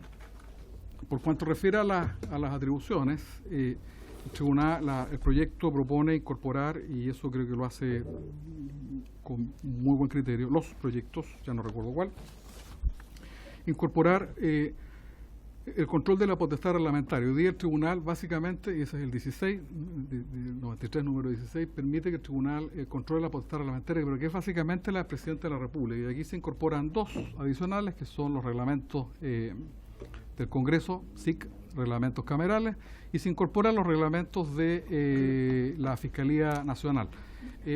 Yo ignoro por qué los del Fiscal Nacional. Los del Fiscal Nacional efectivamente tiene la potestad de dirección. Han habido reglamentos de la Fiscalía Nacional que han sido impugnados con éxito ante las Cortes de Apelaciones. Yo recuerdo en algún momento hubo uno que les impedía a los fiscales entrar a los casinos, por ejemplo. Y la Asociación de Fiscales creo que recurrió a protección, y en fin, lo lograron. Yo no sé cuál será digamos, si uno mira hoy día en términos cuantitativos, y en esto me puedo equivocar, yo sospecho que la cantidad mayor de procedimientos por vulneraciones a la Constitución y la ley respecto de reglamentos no son ni los reglamentos supremos ni los del fiscal nacional. Yo creo que cuantitativamente son las ordenanzas municipales. Son las ordenanzas municipales. Pero bueno, en fin, uno podría entender que aquí lo que hay es una misión entregada al Tribunal Constitucional de defenderlo a usted, en definitiva, es defender la potestad, las materias de ley que están radicadas en el Congreso Nacional. En cuanto al control, a los controles previos, aquí hay desde iniciativas que eliminan todos los controles, sea los preceptivos, obligatorios y el facultativo, hasta algunas que pueden ser uno u otro. A ver, acá yo diría que hay cierto consenso, ha habido cierto consenso en la eliminación de los controles preventivos obligatorios, porque en el control obligatorio preventivo no hay un conflicto, y ahí cuando uno hace que interceda un órgano cuando no hay un conflicto, se generan conflictos, porque el conflicto lo genera el Tribunal Constitucional simplemente leyendo la Constitución. Por lo tanto, ahí uno podría decir, sí, efectivamente, ¿para qué darle ese poder que sí podría generar, digamos, y ha generado, y es justamente uno de los que más tensiones en el sistema político genera cada vez que el tribunal, en los controles preventivos obligatorios, declara alguna norma contraria a la Constitución con los efectos que todos tenemos. Ahora, cuanto al control previo, cuando hay conflicto, yo tiendo a pensar que esa es una facultad que podría mantenerse, porque acá lo que pretende la Constitución del 80, y en eso la Constitución no es novedosa porque mantiene, aunque potencia hasta el infinito, el modelo que era el de la Constitución de 1925.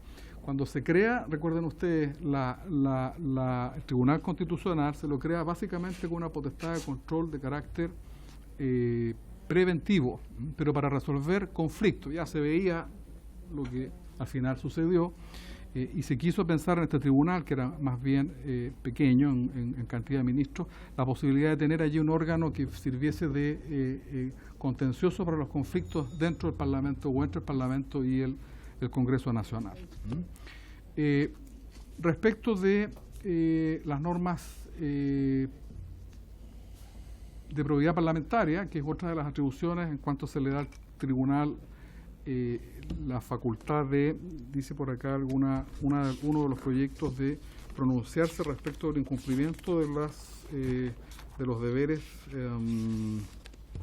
que establece en materia de probidad.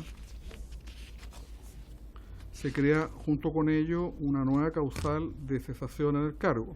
Conocer de los requerimientos por infracción a los artículos 5A, 5B, 5C. Yo por eso les decía que eso, el día que se dicte el texto refundido de la Ley Orgánica del Congreso, va a desaparecer la atribución.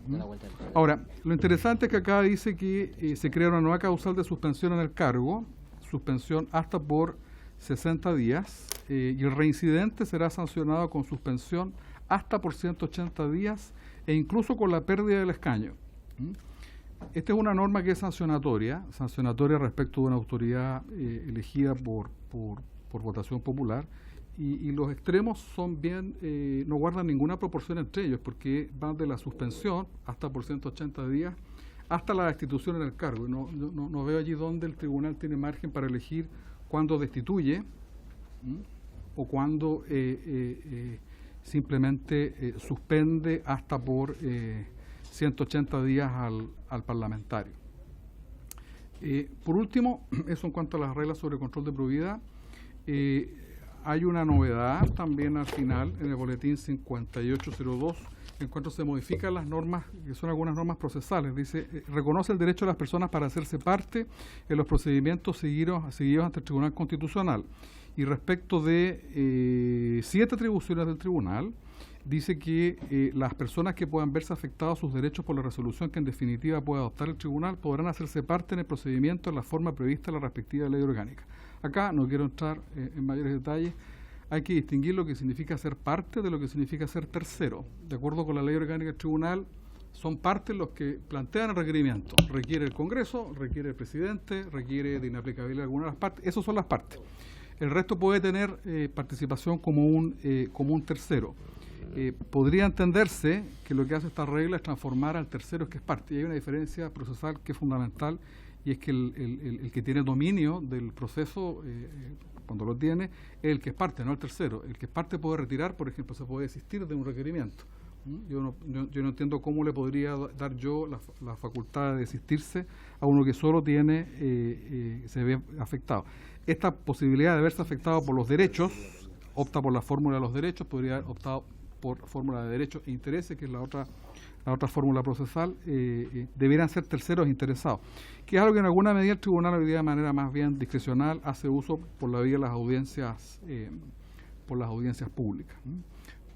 Eso es cuanto tenía que informar, señor presidente. Muchas gracias, profesor Manuel Núñez. Abrimos una ronda de preguntas, entonces. Diputada Paulina Núñez. Gracias, presidente. Yo tengo anotado 3 puntos como para poder aprovechar de preguntarle a nuestros invitados. Uno de ellos, por supuesto, que es el tema de la paridad, que además lo hemos escuchado también en otras presentaciones, pero no hemos escuchado como cuál debería ser. O sea, yo creo que están todos de acuerdo en eso, habiendo sido invitados desde las distintas bancadas. Nosotros, por ejemplo, establecemos en su minuto un 40% a través de una ley de cuota, y obviamente no para designar mujeres directamente, como ocurre, por ejemplo, en un congreso como el de México, sino para dar cupo a los partidos y uno competir como compite cualquier persona. Entonces eso es lo primero, como que hay en el derecho comparado, si es hay un porcentaje o a su vez, por ejemplo, los que designa el Congreso, un porcentaje dentro de los que designa el Congreso y no de los que designa el presidente. Esa es la primera pregunta.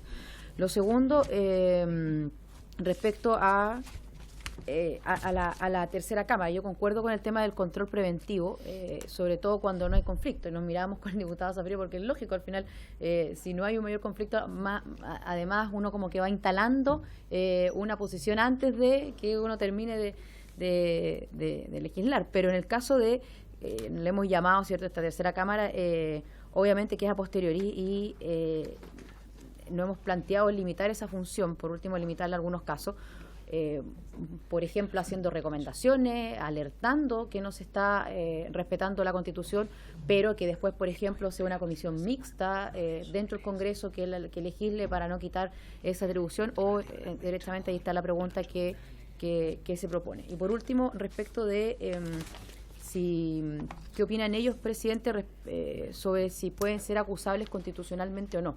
También lo vimos en otras presentaciones, por eso lo tenía anotado, y creo que además lo que nos llevó a hacer varias preguntas en esa oportunidad. Y lo único que yo anoté en esa oportunidad era que era una decisión delicada, y que si se decide tendría que ser muy restringido respecto a, obviamente, incluso las infracciones a la propia Constitución. No sé si están de acuerdo con eso o no, o qué proponen, si es que también ven que pueden ser acusables constitucionalmente, y si no, directamente que no, ya que son los que además velan por el respeto a la Constitución. Gracias.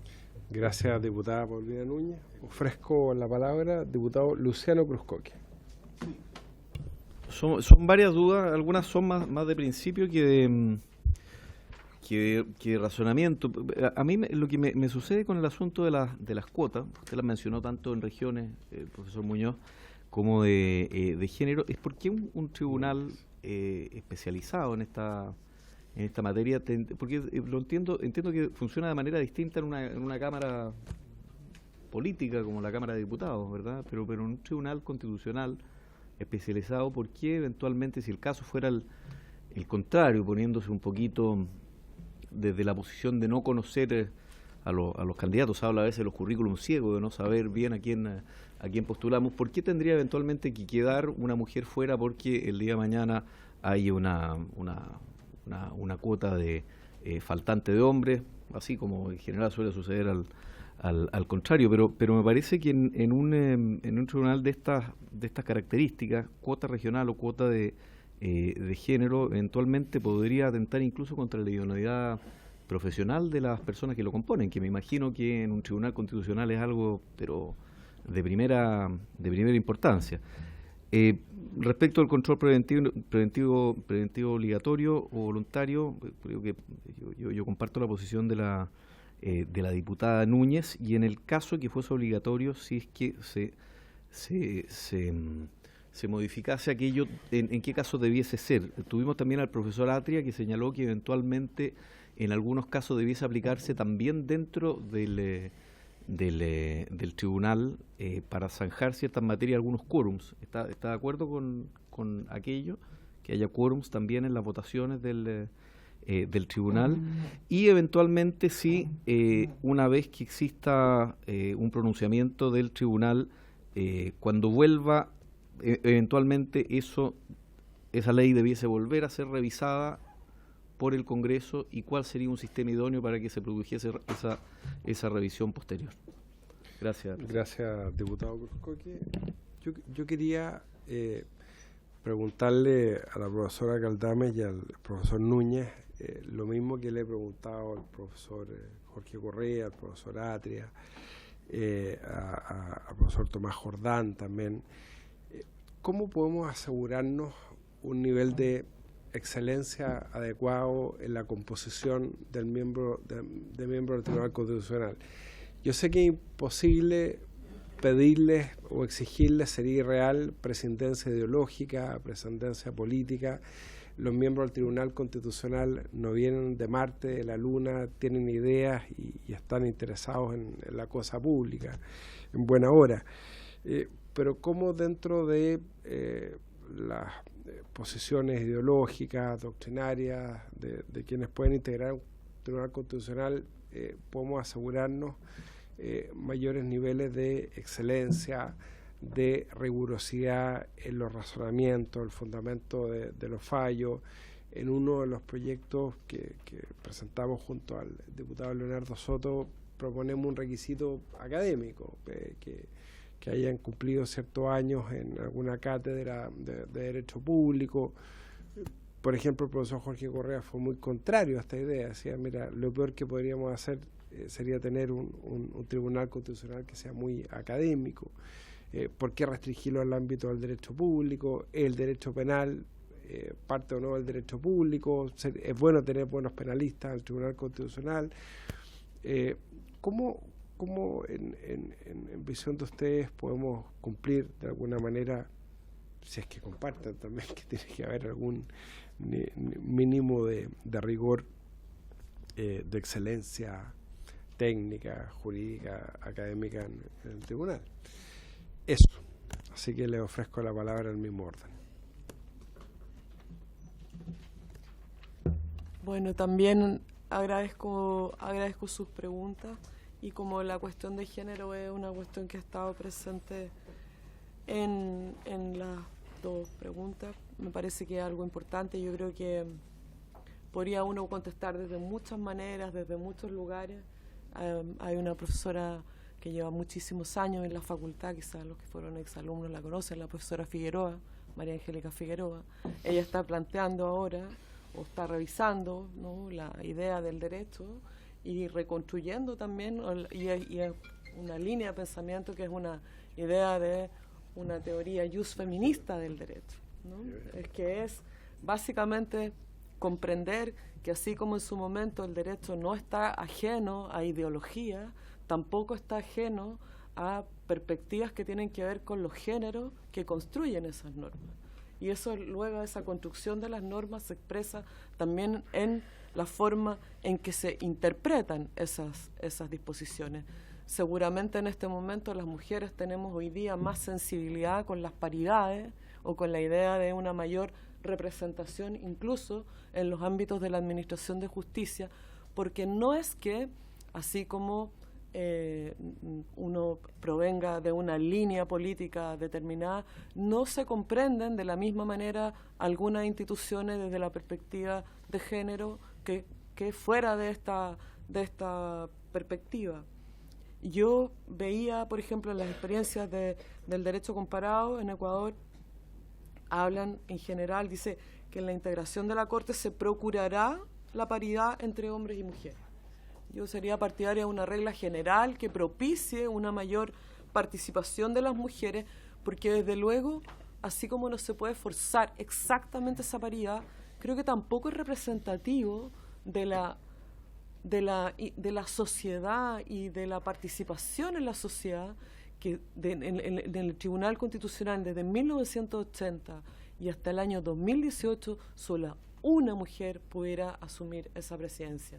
Es decir, tampoco eso me hace mucho ruido, más ruido que la idea de promover mayor participación o incorporación de las mujeres. De hecho, la Corte Constitucional de Colombia ahora acaba de terminar un proceso de incorporación de jueces y terminaron en 4 a 6. 4 mujeres, 6 hombres. Con esta disposición que lo que hace es propiciar esa mayor participación de las mujeres, entendiendo que hay sensibilidades distintas, comprensiones de la realidad, matices, incluso desde el punto de vista de las cuestiones jurídicas, particularmente sobre la comprensión del principio de igualdad y no discriminación, por ejemplo, que es una materia donde seguramente la idea de las categorías sospechosas o hasta dónde influye en materia penal, por ejemplo, ¿no? Esto que se usa mucho, ¿no? Es que quizás ella le provocó esto que llama la Corte el uso de estereotipos, ¿no? Que es una cosa respecto a la cual creo las mujeres juristas más hoy día tenemos una mayor sensibilidad. Y yo creo que eso es importante desde el punto de vista también de la comprensión de la justicia, incluso de la justicia constitucional. De hecho, 2 de estas sentencias que yo mencionaba son muy importantes en materia de género: píldora el día después y aborto en 3 causales. Y ahí está también presente esta mirada. Sobre el control preventivo, la verdad es que, en mi opinión, yo sería partidaria de que no hubiera control preventivo de constitucionalidad. Por distintas razones, porque además eso implica preservar de alguna manera el rol del tribunal para asegurar que la Constitución del 80, el espíritu de la Constitución del 80 se mantenga, ¿no? Y eso impide transformaciones que en el derecho comparado le han hecho bien a la democracia. Que el Tribunal Constitucional en algunos casos ha hecho. Reinterpretar el principio de subsidiariedad, por ejemplo. Hay algunos ministros, la misma profesora Peña ha hecho algunos fallos importantes, interesantes, reinterpretando la idea de la función del Estado, ¿no? Como para servir al bienestar de las personas. Yo creo que el control preventivo no cumple un papel importante para la democracia, por el contrario, se transforma en una amenaza en el debate político. Si no se consiguen las mayorías, entonces uno puede ir al Tribunal Constitucional y ahí en el Tribunal Constitucional lo resuelve, pero no lo resuelve el Congreso, lo resuelve un órgano ajeno al Congreso, con unas características especiales y además con esta preocupación que es que el parámetro de control de constitucionalidad es la Constitución del 80, con matices, con reformas, pero sigue siendo esa misma Constitución, y si se recurre al elemento histórico para interpretarla, es todavía más difícil que se produzcan transformaciones que son habituales, que son incluso deseables para la democracia.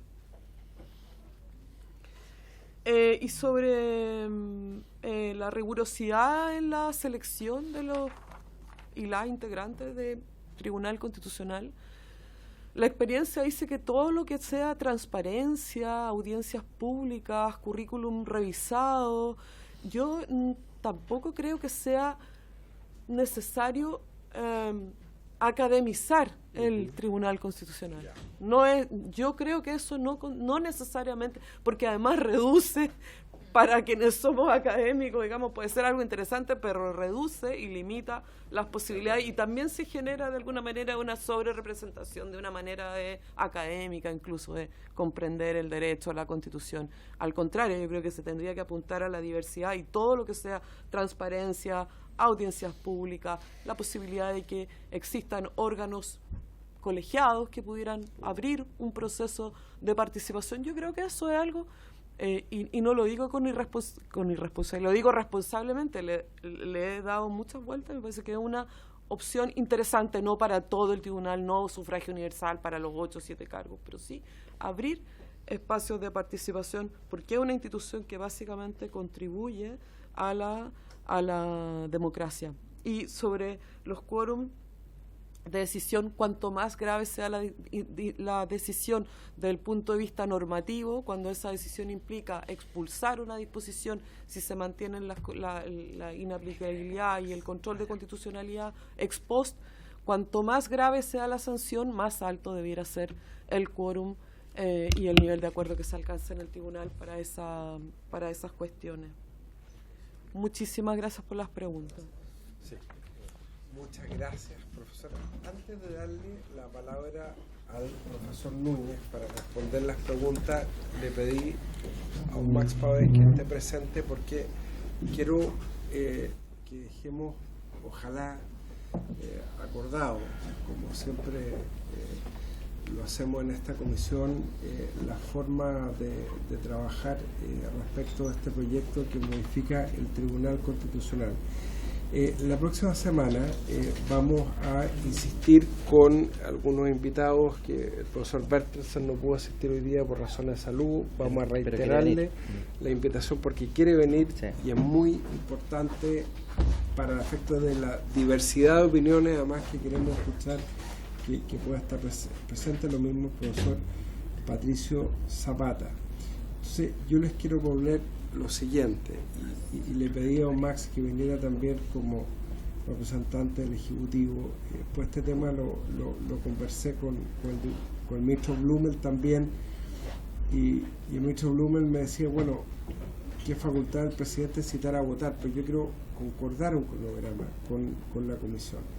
Después del miércoles 19 vamos a tener una semana distrital, entonces yo les quiero proponer a la comisión lo siguiente: que terminemos la audiencia la próxima semana.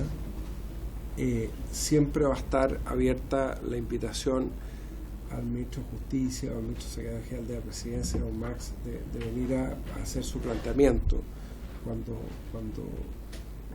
lo estimen conveniente. Entiendo que hasta el momento el Ejecutivo legítimamente no ha fijado una posición al respecto. Quieren ver también qué es lo que va a pasar con los proyectos que están en el Senado, que pudiéramos acordar votar en general la idea de legislar el miércoles 3 de julio, de manera tal de que durante el proceso de la semana distrital la Secretaría nos pueda elaborar un comparado respecto de las posiciones de cada uno de los profesores que expusieron respecto a cada uno de los temas, composición, atribuciones, facultades, y que pudiéramos, la idea de legislar, votarla el miércoles 3 de julio. ¿Les parece o no?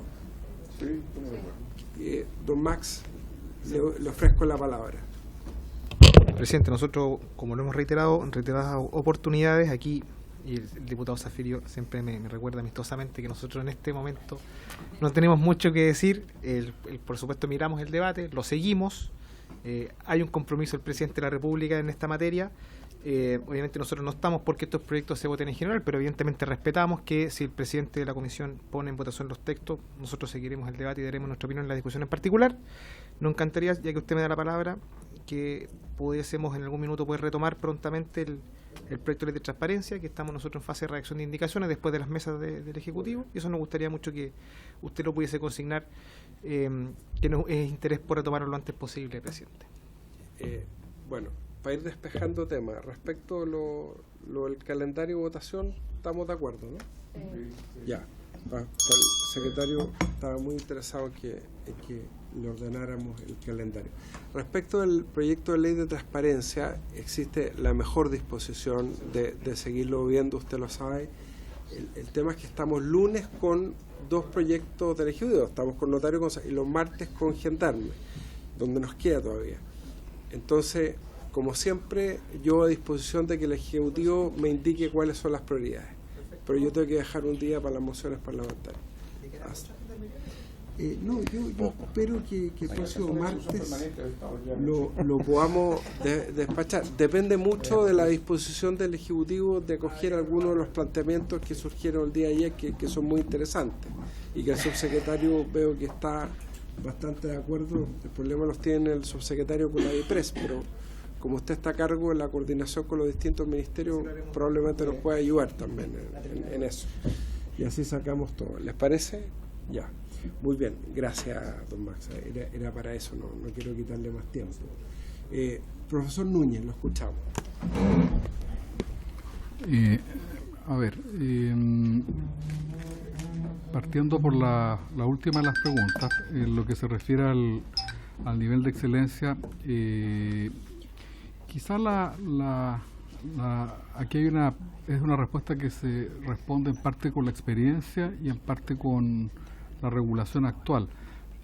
Hoy día no es que exista una vara baja. La Constitución habla de haberse destacado la vida académica, pública, y no recuerdo cuáles son tres componentes. Muy genérico. Exacto, son genéricos. Ahora, con la exigencia sí de ser abogado. Yo concuerdo con que puede que restrinja,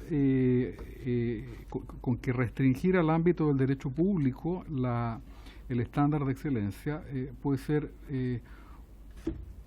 incoherente con lo que hace el tribunal. Porque y por eso yo dije al principio que el tribunal es básicamente un tribunal de inaplicabilidad. Como tribunal de inaplicabilidad se pronuncia sobre cosas de derecho civil, de derecho tributario, posiblemente la jurisprudencia más numerosa de derecho penal o procesal penal.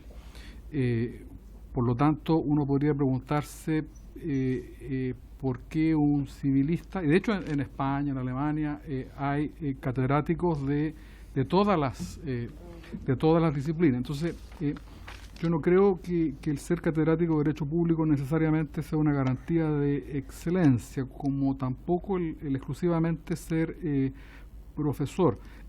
¿Por qué digo esto? Y aquí también me puedo asilar en la experiencia. Yo recuerdo cuando fue nombrado el ministro Hernán Bodanovich, hubo una crítica. El ministro Bodanovich, un senador, el operador llevado y con mucho respeto, aprecio, llevado al tribunal, resultó ser un ministro extraordinariamente transversal en sus decisiones. Justamente en el fallo que hablabas tú el de 450 del Código Penal, en el matrimonio igualitario, el ministro Bodanovich demostró además fue el que fue capaz de empujar un poquito la vara, algunas veces votando, y eso era interesante porque era un ministro bastante imprevisible, porque a veces votaba más cerca de su sector, otras veces hacia el otro lado, y por lo tanto nunca se sabía hacia dónde iba. Y las credenciales académicas del ministro Bodanovich no eran ni las de un doctor, ni calificaban Y eso es importante. Por eso hay modelos como, por ejemplo, ya no recuerdo si el francés o el italiano, quizás sea el francés, que incorpora personas con experiencia política. ¿Cómo lo hace, por ejemplo, la Constitución con el Tribunal Calificador de Elecciones? Lo que pasa es que el Tribunal Calificador de Elecciones se fue al extremo al pedir que haya sido presidente o vicepresidente. Ya hay 2, 3, no sé cuántas personas y no más que cumplen esos requisitos.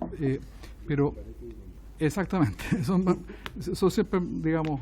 Entonces, en el caso de cuando la vara se cierra mucho hacia lo académico y dentro de lo académico hacia ciertas áreas disciplinares, el efecto podría ser el contrario. Yo creo que el problema no son de los niveles de excelencia que están hoy día en la Constitución, sino el modo como todos los poderes del Estado que han estado concernidos en estos nombramientos han entendido que uno tiene vida pública relevante, vida universitaria. Yo creo que ese es el problema. Uno puede poner los niveles más altos, pero si uno siempre utiliza el criterio de hoy día es el tuyo, mañana es el mío, no hay regla de exigencia de estándar de excelencia que resista esas otras tentaciones. En cuanto a la posibilidad de acusarlos constitucionalmente, ya la respondí. Yo considero que sí, incluso podrían hacerlo sin una reforma constitucional. Ahora, eso no quiere decir que sea por cualquier mayoría. Hoy día la mayoría más alta, si mi memoria no me traiciona, para remover a una autoridad por la vía de la acusación constitucional es la que se exige para remover al presidente de la República, que son los 2/3 del Senado. Entonces a lo mejor uno podría decir, como esta es una hipótesis excepcional, yo no puedo comparar al Tribunal Constitucional con la Corte Suprema, con las Cortes de Apelaciones, con la Corte Marcial, yo podría decir, lo voy a sujetar a ese quórum más exigente, que es el de los 2/3, porque efectivamente, claro, ese quórum elevado puede evitar lo que pasó en Perú en los tiempos de Fujimori, que una vez que el Tribunal Constitucional peruano declaró inconstitucional una de las tantas leyes que permitían la reelección, el presidente Fujimori, el Congreso fujimorista barrió todo el Tribunal Constitucional y el asunto terminó en la Corte Interamericana diciendo que la Corte resolvió que Perú había violado los derechos del famoso caso de los jueces del Tribunal Constitucional de Perú. En cuanto a los quórum de votación, ciertamente esta última parte de mi respuesta también responde lo que uno podría considerar como un quórum suficiente para que el tribunal declarase inconstitucional un proyecto de ley. Uno podría decir, se mantiene el control previo, alternativa 1, con fallos vinculantes, aumentando los quórum, o existe otra posibilidad que es un poco anómala en el derecho comparado, y es que simplemente el fallo no sea vinculante. En Canadá, la Corte Suprema de Canadá, que no es un tribunal constitucional, ni es un sistema enteramente comparable con el nuestro, tiene una suerte de función consultiva. El gobierno federal puede elevar no recuerdo en este momento el nombre, referee, algo así se llama, puede hacer una especie de consulta al Tribunal Constitucional, a la Corte Suprema, y el fallo de la Suprema tiene un efecto que no es obligatorio, pero hasta donde yo sé, el gobierno nunca ha dejado de cumplir los criterios de la ley. Si lo dice la Suprema. Ahora, en 30 años que lleva funcionando esto, creo que se ha hecho uso de esta referencia no más de 15 veces. No más de 15 veces. Por ejemplo, el caso de la secesión de Quebec, ahí fue un caso muy famoso, se utilizó esta ley. Lo interesante es que esa es una sentencia que no es vinculante, sino por la autoridad moral que se le reconoce a la Suprema Corte, el gobierno y el Congreso acata la decisión. En otras palabras, no todo se resuelve con decisiones que son vinculantes. En cuanto a la paridad de género, que estaba presente en las preguntas de la diputada Núñez y el diputado Cruzcoque, sí, efectivamente siempre existe el problema que de dejar a una mujer fuera, eso uno pone porcentajes que son muy rígidos. Ahora, hay que ver dos cosas acá. Primero, un fenómeno en la realidad, y el problema no es que queden mujeres fuera por sus competencias, sino que siempre sucede que no hay mujeres, el problema. Exacto. Es decir, quiero decir, habiendo, que digamos quedan fuera. Hipotéticamente, si sucediera al revés. Correcto. Ahora, estas por otro lado suelen ser medidas de carácter temporal, nunca están escritas en piedra y así lo han resuelto los órganos de tratados de Naciones Unidas. Si uno piensa en el caso del tribunal, en un órgano que ronde los 11 miembros, por ejemplo, que es lo que dice recién, uno a lo mejor podría optar entre dos fórmulas. La que proponía Liliana es, en todo órgano se propenderá a la paridad de género de una manera como una buena práctica, no necesariamente exigible en términos judiciales, o puntualmente para este caso, a lo menos, no sé, 4 mujeres, una cosa, digamos, que garantice que es a lo menos un mínimo. Esas son mis respuestas, señor presidente. Muy bien, pues. Muchas gracias a la profesora Galdames y al profesor Núñez por sus completas respuestas y orientaciones. Por haberse cumplido el objeto de la sesión, se la